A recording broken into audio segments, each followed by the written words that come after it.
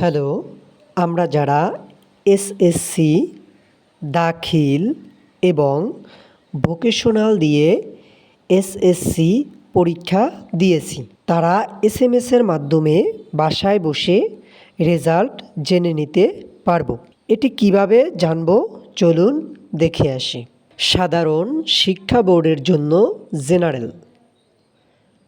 মোবাইলের মেসেজ অপশনে গিয়ে টাইপ করুন এসএসসি স্পেস বোর্ডের নামের প্রথম 3 অক্ষর স্পেস রোল নম্বর স্পেস পরীক্ষার বছর এবং পাঠিয়ে দিন 16222 নম্বরে।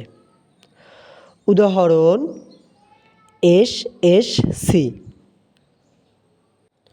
যদি আপনি ঢাকা বোর্ড দিয়ে পরীক্ষা দেন তাহলে DHA, যদি কুমিল্লা বোর্ড দিয়ে পরীক্ষা দেন তাহলে COM, যদি রাজশাহী বোর্ড দিয়ে পরীক্ষা দেন তাহলে RAJ, যদি বরিশাল বোর্ড দিয়ে পরীক্ষা দেন BAR, যদি যশোর দিয়ে পরীক্ষা দেন তাহলে JES, যদি চিটাগং বোর্ড দিয়ে পরীক্ষা দেন CHI, যদি সিলেট বোর্ড দিয়ে পরীক্ষা দেন তাহলে SYL, যদি দিনাজপুর বোর্ড দিয়ে পরীক্ষা দেন তাহলে DIN। বোর্ডের প্রথম 3 অক্ষর দিয়ে তারপর দেখতে পাচ্ছেন একটি স্পেস দেব, এরপরে 1 2 3 4 5 6 এই জায়গাটায় আপনি যে পরীক্ষা দিয়েছেন সেই পরীক্ষার অ্যাডমিট কার্ড দিয়ে আপনি আপনার রোল নম্বরটি লিখে দিবেন।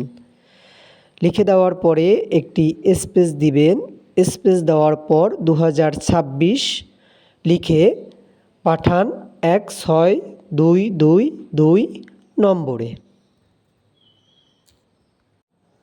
এসএমএসটি পাঠানোর পরে পুনরায় আপনাকে একটি ফিরতি এসএমএস দিবে, যার মাধ্যমে আপনি আপনার রেজাল্টটি জেনে নিতে পারবেন। মাদ্রাসা শিক্ষা বোর্ডের জন্য মাদ্রাসা বোর্ড দাখিল। মোবাইল মেসেজ অপশনে গিয়ে টাইপ করুন দাখিল space MAD space roll number space পরীক্ষার বছর এবং পাঠিয়ে দিন 16222 নম্বরে।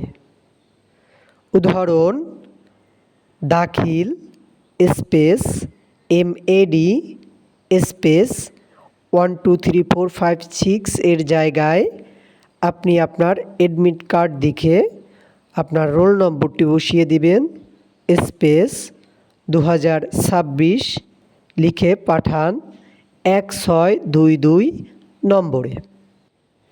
এরপরে দেখব কারিগরি শিক্ষা বোর্ডের জন্য টেকনিক্যাল। মোবাইলের মেসেজ অপশনে গিয়ে টাইপ করুন SSC space TEC space roll number space পরীক্ষার বছর এবং পাঠিয়ে দিন 16222 নম্বরে।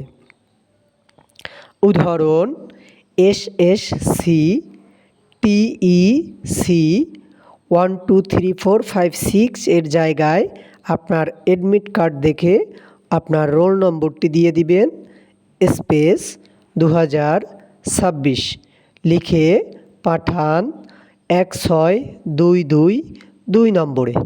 এভাবে চাইলে আপনি আপনার কাঙ্ক্ষিত রেজাল্টটি বাসায় বসেই দেখে নিতে পারেন। ধন্যবাদ সকলকে।